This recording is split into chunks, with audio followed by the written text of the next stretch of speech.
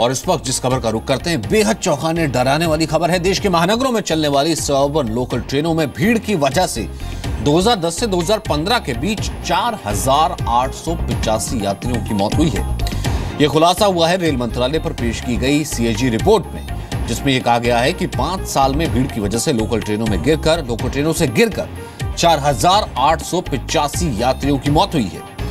Report में कहा गया कि 2010 से 2014 के बीच प्लेटफॉर्म और ट्रेन के फुटबोर्ड के बीच जो गैप होता है, ट्रेन जहां पर आकर रुकती है, वहां पर सबसे ज्यादा 347 लोगों की जान गई है।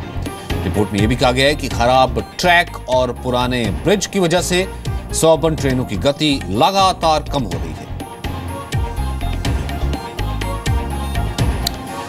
ब्रह्म प्रकाश दुबे इस वक्त मेरे सहयोगी हमारे साथ मौजूद हैं। ब्रह्म प्रकाश दुबे, ये रियलिटी, ये सच्चाई बताते हैं सीएजी के ये आंकड़े। एक तरफ बात कर रहे हैं हम चैलगो की, जो कि ऑपरेशनल होने वाली, दूसरी तरफ बुलेट ट्रेन की, लेकिन आम लोगों के लिए सेफ्टी अब भी सबसे बड़ा कंसर्न।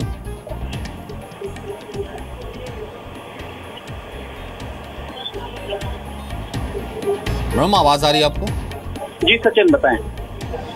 मैं आपसे जानना चाह रहा था, एक तरफ ये आंकड़े कहीं ना कहीं ये पोल भी खोलते हैं, ये भी चौंकाते हैं कि एक तरफ बात बुलेट ट्रेन की, दूसरी तरफ जो बेसिक सेफ्टी है वो भी शायद यात्रियों तक अभी नहीं पहुंची है।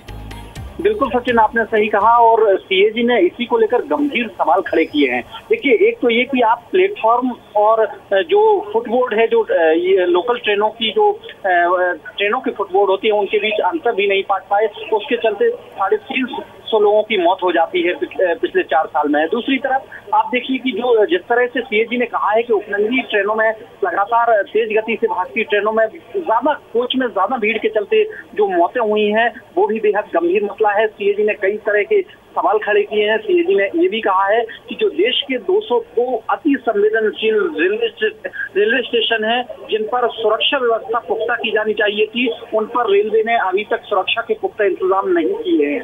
रेलवे ने ये भी कहा है कि बहुत सारे जो ब्रिजेज हैं रेलवे के, कई साल पुराने हो गए हैं, खतरनाक हैं, ट्रेन खतरनाक हो चुके हैं, जिनके चलते ट्रेनों की स्पीड पर पाबंदी है और वो लगातार उस पाबंदी के चलते ट्रेनों की रफ्तार लगातार घटती जा रही है, लेकिन रेलवे उस दिशा में कोई भी कदम नहीं उठा सका है। तो कह सकते हैं कि कई तरह के गंभीर सवाल रेलवे की जो पूरी कार्यप्रणाली है उसको लेकर सीएजी ने किए हैं। सचिन, बहुत बहुत शुक्रिया फिलहाल इस बातचीत के लिए ब्रह्म।